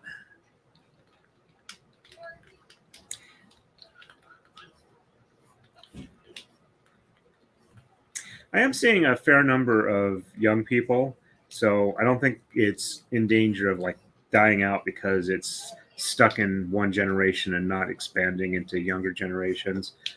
But yeah, a lot of the people here do tend to be a bit on the older side, mid-30s or later. But I see second and third generation families that also do this. So, all right, dropped all the tama. And let's see how far we got. We started about just at less than 4. So 1, 2, 3, 4, about 5. So, apparently I'm not going as fast as I thought I was. I guess I'm talking too much for top speed here. But we'll measure it, see where I'm at. Let's see, like I said, the last one I did about 16 inches. In about an hour and a half, and it's been just a little over an hour and a half now, so probably not too far off. And I may be misremembering exactly what it looked like across the top, but let's see. Yeah, there's not a whole lot left on the tama, so I am getting closer to the end. All right, so the highest ones are left to right, so I need to go top to bottom next. So to the top and to the bottom.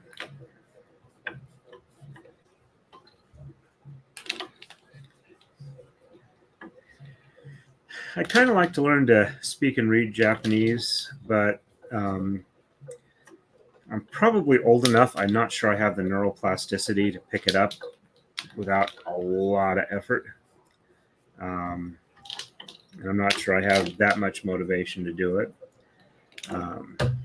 I've considered something like some of the Rosetta Stone or whatnot. But I did try and learn Scots Gaelic, and I only got a couple of phrases out of that. That was kind of disappointing. I mean, I can do like Kimira hau, haguma takpila, Kimira hau hain, which is essentially, how are you? I'm fine. How are you? I'm doing well. Thank you. Is essentially what that was, if I remember right.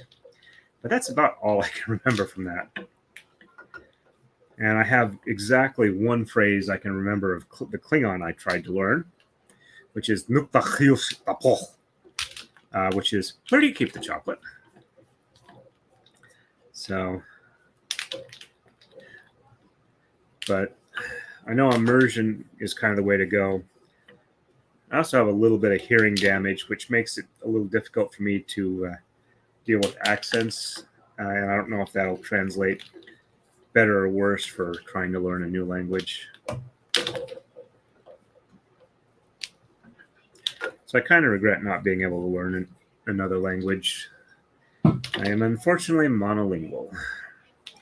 Though with the advancements of the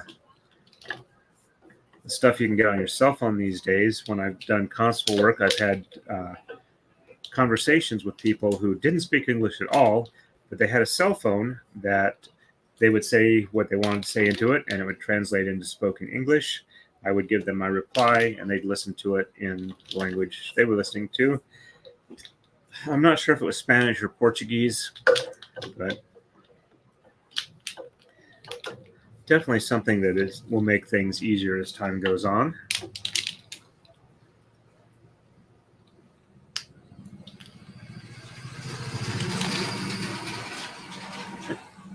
Sorry, let me see what I missed on the chat here real quick. All right.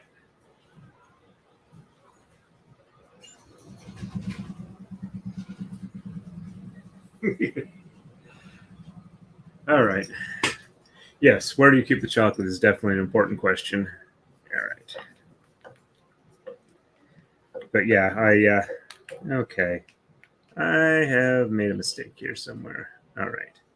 So, 1, 2, 3, 4. Yes, there is a problem here. So that was where I did. Okay. That looks right. Yep. Okay. So, to the top. And then to the bottom.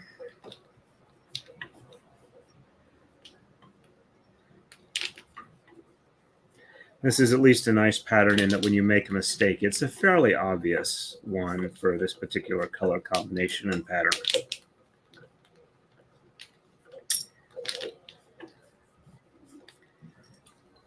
We've got about 15 more minutes to go, and then I will probably end the stream, having done an actual 2 hours that I planned on, not predicted. If you have a say in what the actual outcome is, I don't really think you can call it a prediction. Because even if I'm more tired than I want, I really can keep streaming. Or if I'm not tired and I just feel like it, I can end the stream.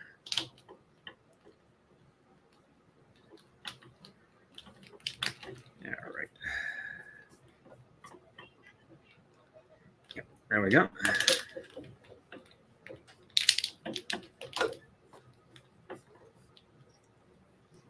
And let's get them all tangled together there. Let's try and see if we can't get these a little further spread apart. Untangled.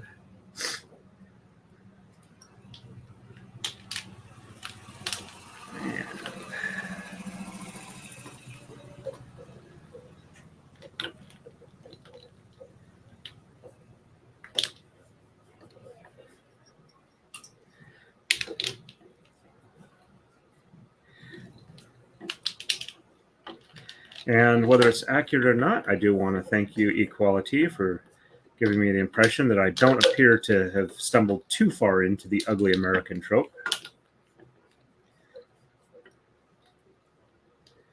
Though if I understand it right, the ugly American story that the trope has come from wasn't actually so much an ugly American as an American who was trying to do good things, but just not able to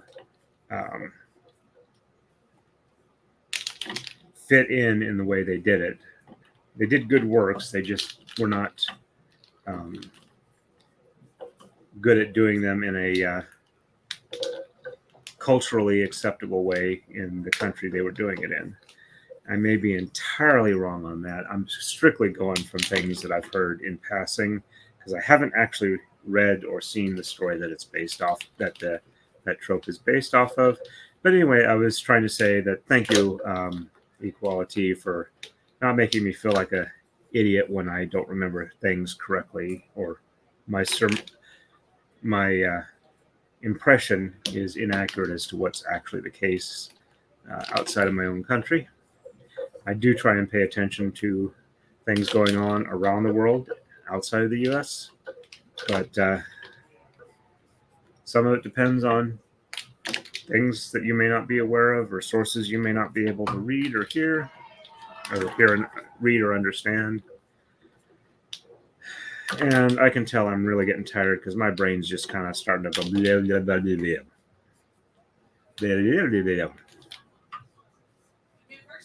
Blah, blah, blah, blah. No, I'm not having a stroke. I'm just trying to convey that my brain is going all noodly on me.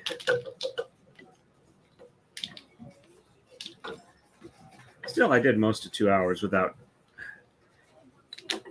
flubbing up too much or going too far afield. And no, I do not smell toast. But I do have weird things that I do that are fun for me, but not necessarily for anybody else. I occasionally have fun just kind of speaking in tongues, just saying complete nonsense syllables. Also, when I'm listening to music, I like to do weird hand shapes that probably wouldn't qualify as absolutely idiotic gang signs.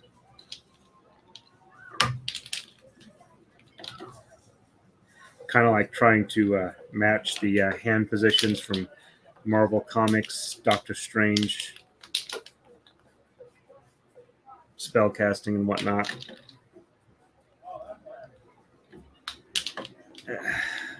I'm going to have to stand up for a second again. This chair is just not all that comfortable. Let me take a look real quick, see who's on Rumble, see if anybody's actually chatted there. We did have 7 people on. I don't know if anybody actually chatted. Does not look like it. Currently, I'm down to 2 people on Rumble. All right. Let's go back to the YouTube studio. Just stretching a little bit here. Don't mean to grunt and groan too much, but sometimes you do need to stretch. All right, so we're only about 12 minutes away from ending the stream. Anybody have anything they want me to cover or know about, or just general chit-chattiness that we can do before I end the stream?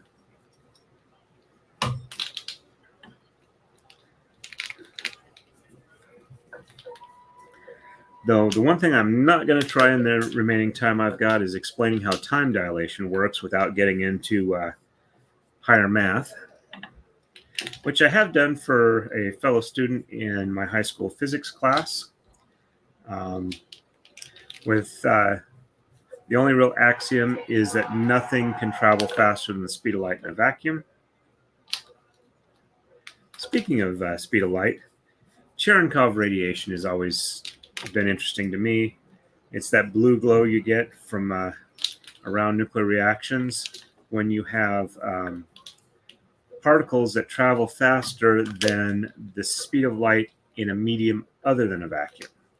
So if you get a photon that travels faster than the nominal speed of light in water, you can get Cherenkov radiation. That's my understanding of it. Because while the speed of light in vacuum is an absolute maximum speed for our space-time, you shine a light through like water or glass or something like that, it's not quite that speed because it's not a straight through. It tends to bounce around. But when something travels faster than that medium's nominal speed of light, that's where you get the Cherenkov radiation. And I don't know if it's because it's punching through parts of the medium and that's where you get it, or if it's just that that particular particle doesn't actually really interact with that material, and therefore it can go faster than a regular photon would. But anyway.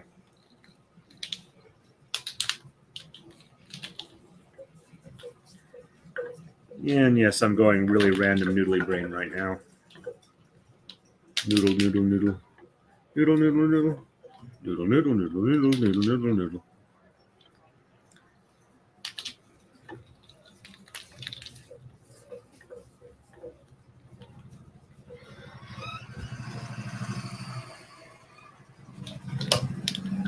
Thank you very much, Equality. That makes me rather happy.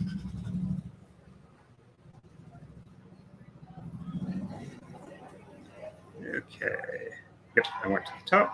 I went down to the bottom. I don't know if you can hear it, but there was some shouting outside. The East Kingdom of the SCA is having their Royal Penzance Court, or at least, I don't know if there's a Penzance Court, but they're having their court at their campground, which is not too far away from where I am. It's probably only about 500 yards, so when the whole crowd cheers on something, you can hear it up here.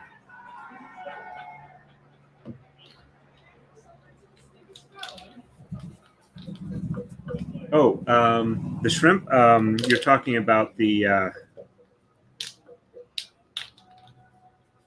not fairy shrimp, mantis shrimp. Yes, the ones that can hit with their claw fast enough that they produce cavitation and generate light when the bubbles that they produce collapse. And yeah, they can hit hard enough that they break fish tank glass walls.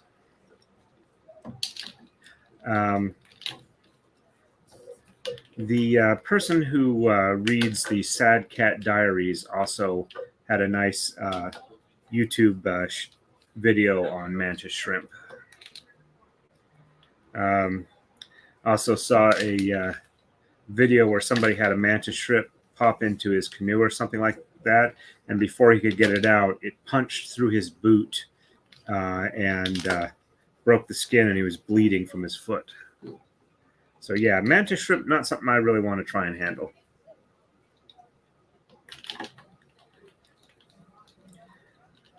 My wife and I love these Sad Cat Diaries. Today I learned that my people only pet me with one hand, and one hand is half of love, and that's just low, or something like that. I have spent all day trying to evenly spread my litter in the human bathroom, and they seem not to appreciate that.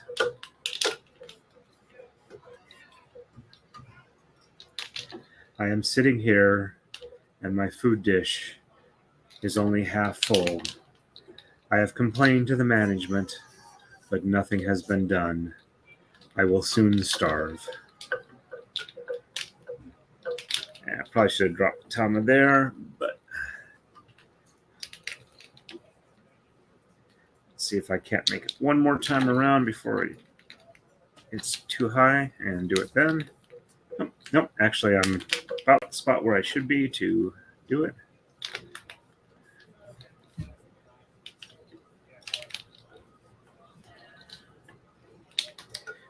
I know I didn't get those Sad Cat Diaries right, but that's kind of the general theme.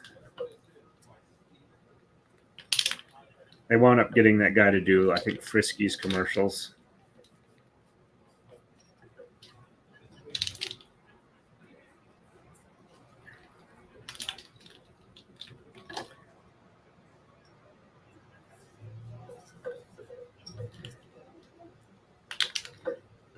Yes, the cat that likes sitting in my lap at home. Oh, when we get home, our cats only kind of are standoffish for about an hour, and then it's like, "Where have you been? You need to pet us, pet us, pet us."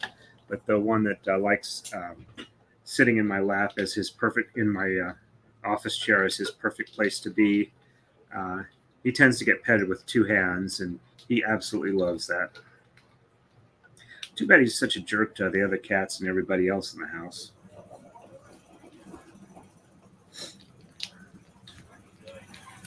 And he will loudly complain that he is not where he is supposed to be.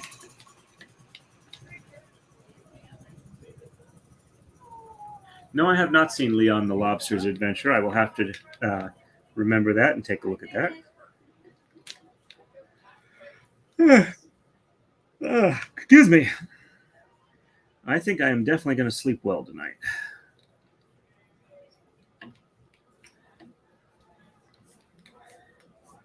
But yeah, I pretty much sat in this chair doing not much of anything because it was a slow day here between like 8 a.m. and 5 p.m.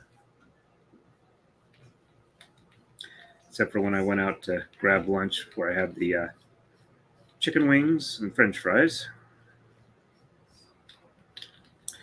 at a restaurant called Medieval Munchies.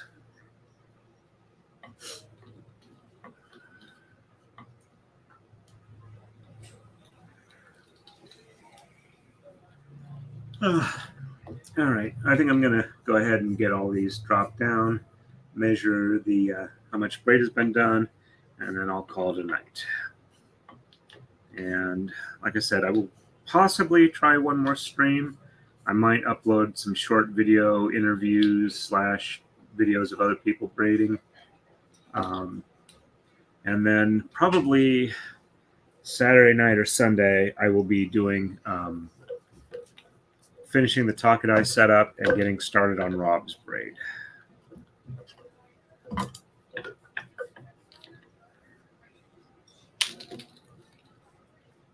So if anybody's at Penzic and they're going to the Kiko Marudai class tomorrow, I will probably be there. I think I can get my shift covered for the 2 hours of the class.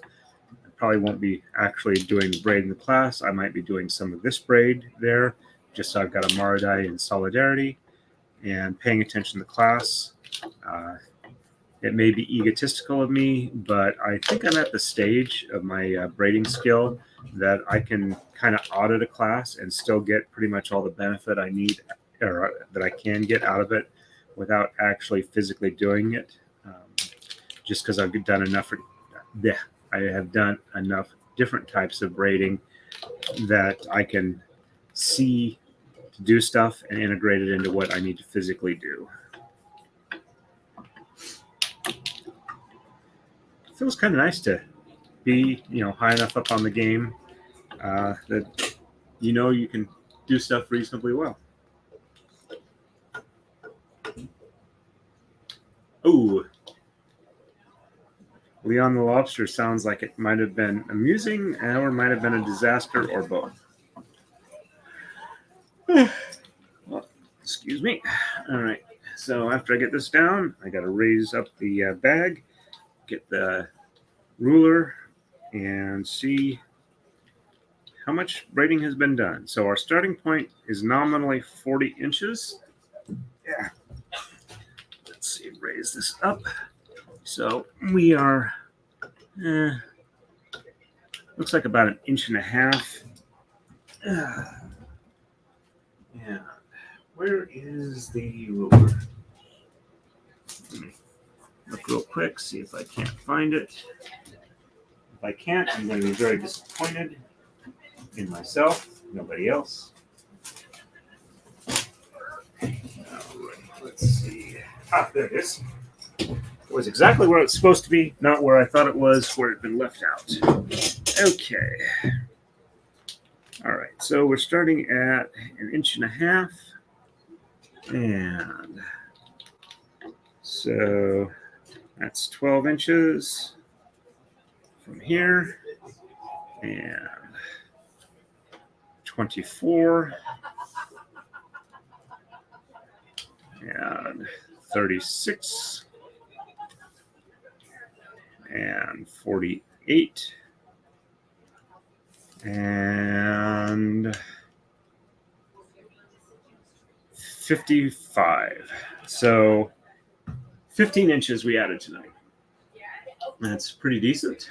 A little slower than last time, or maybe I'm just a little better at measuring this time, and I was off a bit last time. So, alrighty. We are 1, 2, 3, 4, 5, and like about 5 1/3 across there. So I'd say that's pretty good progress. And Tama still has a moderate amount on it, but I think we're over the halfway point. So, all right. Thank you, everybody who came by. Doesn't look like anybody has anything for a final follow-up. And okay, I'm glad to hear that the lobster thing worked out well for all, and that Leon is living a good life. And stay safe, everybody, and happy braiding. And we will see you again soon.